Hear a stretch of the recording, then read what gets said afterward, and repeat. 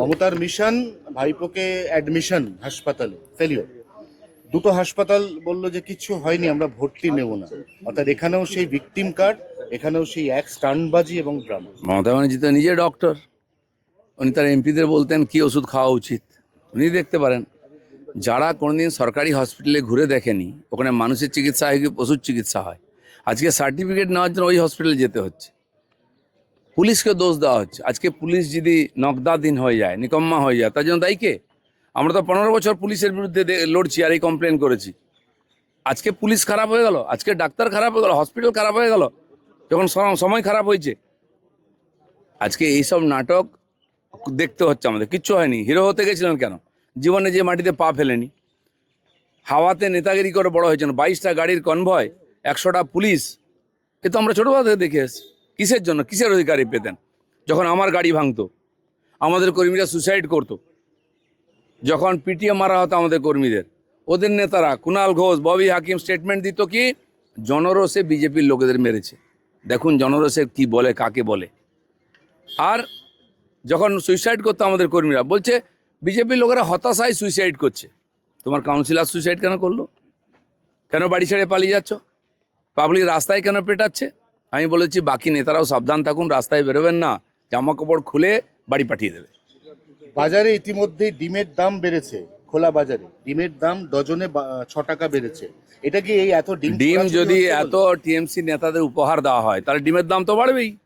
ওরা বলেছে আমরা ডিম দিয়ে অভিনন্দন জানালাম, ডিজে বাজাতে এসেছি। কারা বলেছিল দুপুর 12টার পরে 4টে ডিজে বাজবে? তোদের কোন বাপ আছে দেখবো আমি রক্ষা করে, কার বাপ কাকে বাঁচায় দেখো এবার।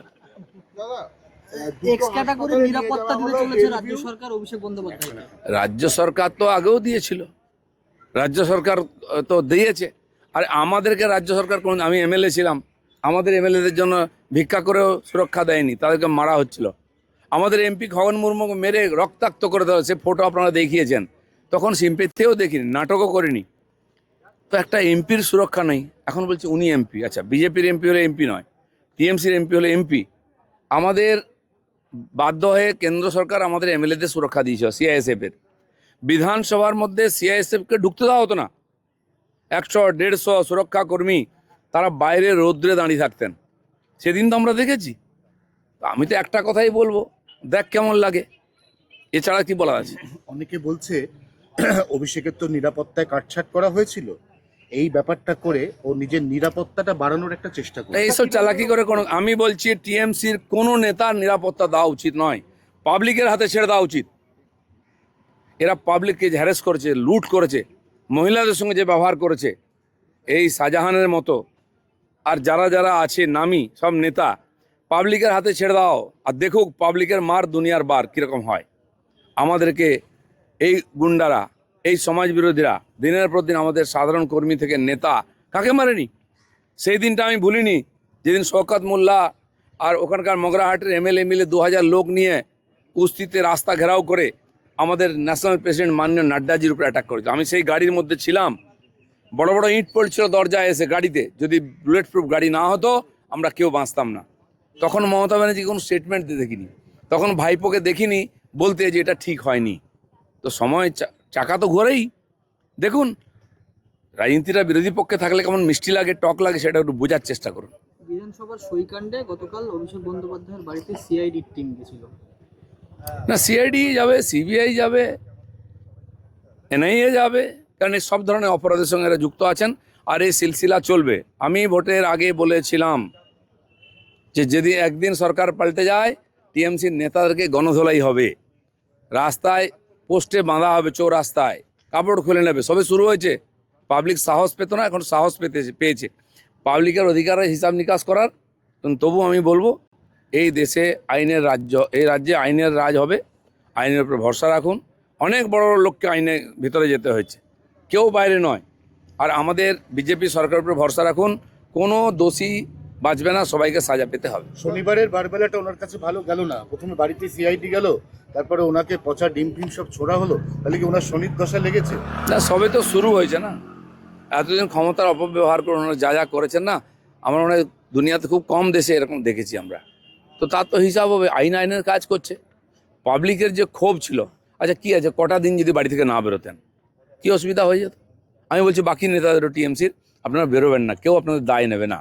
আমাদের কাছে তো পুলিশ নয় যে আপনাদের বাড়ি বাড়িতে পাহারা দেবে। টিএমসির আমলে অর্ধেক পুলিশ নেতাদের বাড়িতে থাকতো, নেতাদের পেছনে যত বড় ক্রিমিনাল অ্যান্টি সোশ্যাল তার তত বড় সিকিউরিটি ছিল।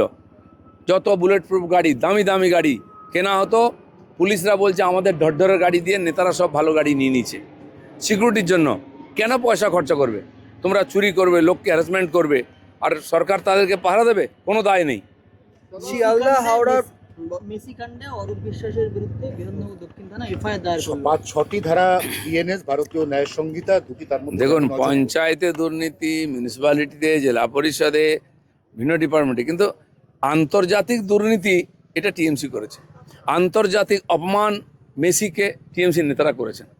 বাড়ির বউ চাকর বাকরকে নিয়ে তার সঙ্গে সেলফি তুলিয়েছেন। ইলেকশনে তার লাভ নেওয়ার চেষ্টা করেছেন। আমার তো মনে হয় বেশি না পালিয়ে গেলে তাকে টিকিটও দিয়ে দিত, একটা এমএলএ বাড়ত। কী ধরনের বেইজ্জতি! বাঙালির মুখ কত পোড়াবেন আপনারা প্রত্যেকটি জিনিস।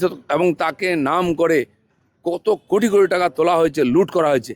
সেই কমিটিতে বা ওইখানে ছবিতে যাদের দেখা যাচ্ছে প্রত্যেকের বিরুদ্ধে সরকারি আর পুলিশ ব্যবস্থা নিক, এটা সাধারণ মানুষ চাইছে। শিয়ালদা হাসপাতালে নিয়ে যাওয়া হলো, নেওয়া হয়নি সেরকম কোনো অবস্থানে ভর্তি জানিয়ে দেওয়া হলো। ভিডিও সামনে এসছে আমাদের কাছে যে রীতিমতো মমতা বন্দ্যোপাধ্যায় চিকিৎসকদের থ্রেট করছে হাসপাতালে ভেতরে। এই যে থ্রেট কালচার হাসপাতালে তো আগে ছিলই, সুপার করতেন, ডাক্তাররা করতেন। এখন মুখ্যমন্ত্রী থ্রেট কালচার চালু রাখার চেষ্টা করছেন, ওটা হবে না। জমানা পাল্টে গেছে। ডিম মারলে কেউ চোট লাগে আমি তো প্রথমবার দেখলাম। বেলভিউ মমতা হাসপাতালে বন্দ্যোপাধ্যায় বেরিয়ে অভিযোগ করছেন যে প্রশাসনের তরফ থেকে, পুলিশের তরফ থেকে হাসপাতালকে চাপ বিজেপি দেওয়া চাপ হচ্ছে। দিয়েছে বলে বেলভিউ ভর্তি দেয়নি। বিজেপি ভয় দেখাচ্ছে, এটা মমতা ডাক্তার- না বন্দ্যোপাধ্যায়। না, কেন ভর্তি নেবে? একটা অসুস্থ মানুষের জন্য বেড আছে। একটা সুস্থ মানুষ গিয়ে একটা বেড দখল করে থাকবে? আমি দেখলাম অ্যাপ্রন পরে গাড়িতে উঠছেন, ঘুরে বেড়াচ্ছেন। হসপিটালটা কি ট্যুরিজম নাকি, ঘুরতে যাওয়ার জায়গা? ডাক্তারকে চমকে চমকে হসপিটাল নেবেন? আরে এদেরই যে ক্লাব আছে, ডায়মন্ড হারবার স্পোর্টিং ক্লাব, এই সেন্ট্রাল পার্কের পেছনে একটা জায়গা, একটা মাঠ পুরো দখল করে রেখেছে কয়েক বছর। তাকে চ্যাম্পিয়ন করতে হবে, তাকে এ ডিভিশনে তুলতে হবে, ফার্স্ট ডিভিশনে। তার জন্য রেফারিকে চমকানো হতো, তার জন্য কর্মকর্তাদের চমকানো হতো। আমাকে বলেছে লোকেরা তদন্ত করুন, আমি চ্যালেঞ্জ করছি। এই থ্রেট কালচার ভুলে যান। মানুষ ঘুরে দাঁড়িয়েছে, রাস্তায় না বেরোনোই আপনাদের পক্ষে সবচেয়ে ভালো। দাদা অ্যাপ্রনটা কি চুরি হয়ে গেল তাহলে? আর ত্রিপল চুরি হতে পারে, এটা অ্যাপ্রন চুরি হবে না? দাদা শিয়ালদা হাওড়ার পর গতকাল মধ্যরাতে দমদম স্টেশনের বাইরে এবং প্ল্যাটফর্মের সমস্ত হকার উচ্ছেদ করে দেওয়া হয়েছে বেআইনি দখলদারদের। তবে যারা ব্যবসায়ীরা তারা বলছেন 20 বছর ধরে সংসার চালাতাম, এখন কি হবে? না, প্রথম কথা তো যে যেখানে ইচ্ছা বসে গেছে, এ অধিকার কেউ দেয়নি। সরকার ভাবছে, কিন্তু আগে স্টেশনটা যারা যাত্রী আছেন, প্যাসেঞ্জার, তাদের জন্য প্ল্যাটফর্ম। কোথাও প্ল্যাটফর্ম বসা দাঁড়াবার জায়গা নেই। আপনি যদি একটু লেট হয়, ট্রেন ঢুকছে, ছুটে এসে যেতে পারেন, 10 জনকে ধাক্কা মারতে হবে, দোকান ডিঙিয়ে যেতে হবে। কেন? কে অধিকার দিয়েছে? কোনো নেতার টাকা নিয়ে বসিয়ে তার দায় আমরা নেব? সারা ভারতবর্ষে সব জায়গায় এখন হঠাৎ এই হকারদের প্রতি সিম্প্যাথি জেগে উঠেছে লোকের। কেন ভাই? অনেক জায়গায় হকার কর্নার্স হয়েছে। সরকারও ভাবছে অন্য জায়গায় জায়গার ব্যবস্থা করবে, সেখানে বসবে। কার কিছু নেই, নিজের বাড়ি আছে, সরকারি জায়গা দখল করে বসে আছে। নিজের একটা দোকান আছে, ফুটপাতে একটা বা স্টেশনে দোকান করে বসেছে। এগুলো তো মেনে নেওয়া যায় না। সরকারি জায়গা কি ব্যবসা করার জন্য, কামানোর জন্য আছে নাকি? আপনি দেখুন সব জায়গায় লোকেরা ভাড়া দিয়ে বড় বড় দোকান নিয়েছে, তার সামনে স্টল লেগে গেছে, দোকান লেগে গেছে। তারা কি অপরাধ করছে? তারা জলের ট্যাক্স দিচ্ছে, তারা বিদ্যুতের ট্যাক্স দিচ্ছে, তারা ভাড়া দিচ্ছে, অথচ খদ্দের তার কাছে পৌঁছতে পারছে না, সবাই সামনে বসে আছে। আর করেছে নেতারা, যে বসিয়েছে তাকে বলুন, তার জন্য আমরা দায়ী নয়। না, তারা বলছেন উন্নয়নে বাধা দিতে তারা রাজি নন, কিন্তু পুনর্বাসনটা আগে ঠিক করে আছে, আগে পরিষ্কার হবে, তারপরে পুনর্বাসন হবে। জানাই নেই, লিস্ট করতে যান, দেখুন 100 জায়গায় 200 নাম চলে আসছে। কোথায় এটা হয়নি? আগে তো সরকারি জায়গা ফেরোচ্ছে, এবং রেল থেকে আরম্ভ করে পিডব্লিউডি, রোড, সবাই নিজের জায়গা পরিষ্কার করবে। অর্ধেক লোক তো বাংলাদেশ থেকে এসে বসে গেছে। যে নেতারা টাকা নিয়ে বসেছে তার বাড়ি ঘেরাও করুন। দাদা, যে সঞ্জু কর্মকারের বাড়িতে তিনি গেছিলেন অভিষেক বন্দ্যোপাধ্যায়, যারা ওখানকার স্থানীয়, তাদের বয়ানের সঙ্গে তৃণমূলের অভিযোগ মিলছে না। স্থানীয়রা অভিযোগ করছে তোলাবাজ ছিল, এবং তার থেকে বড় কথা হার্ট অ্যাটাকের কারণে তার মৃত্যু হয়েছে। তাহলে এই যে একটা ঘটনা, ভোট পরবর্তী হিংসা, সেখানে কোনোভাবে তৃণমূলের নাটক কি মনে হচ্ছে? এমনকি অভিষেক বন্দ্যোপাধ্যায়ের নাম করে ভয় দেখাতো বলে অভিযোগ রয়েছে। শুনুন, এর সব কটা তোলাবাজ। অভিষেক ব্যানার্জি তোলাবাজ ছাড়া, গুন্ডা, অ্যান্টি সোশ্যাল ছাড়া কারোর সঙ্গে সম্পর্ক রাখতেন না। আমি চ্যালেঞ্জ করছি পশ্চিমবাংলার 10.5 কোটি মানুষের কাছে, আজ পর্যন্ত কতজন অভিষেক ব্যানার্জির সঙ্গে দেখা করতে পেরেছে? কোন অফিসার, কোন এমএলএ, মন্ত্রী, এমপি দেখা করতে পেরেছে? আমাকে বলুন। কেউ করতো না। সব মাফিয়া, কোল মাফিয়া 22টা করে গাড়ি আসতো রানীগঞ্জ থেকে কনভয়ে, কয়লার টাকা নিয়ে আসতো গাড়িতে।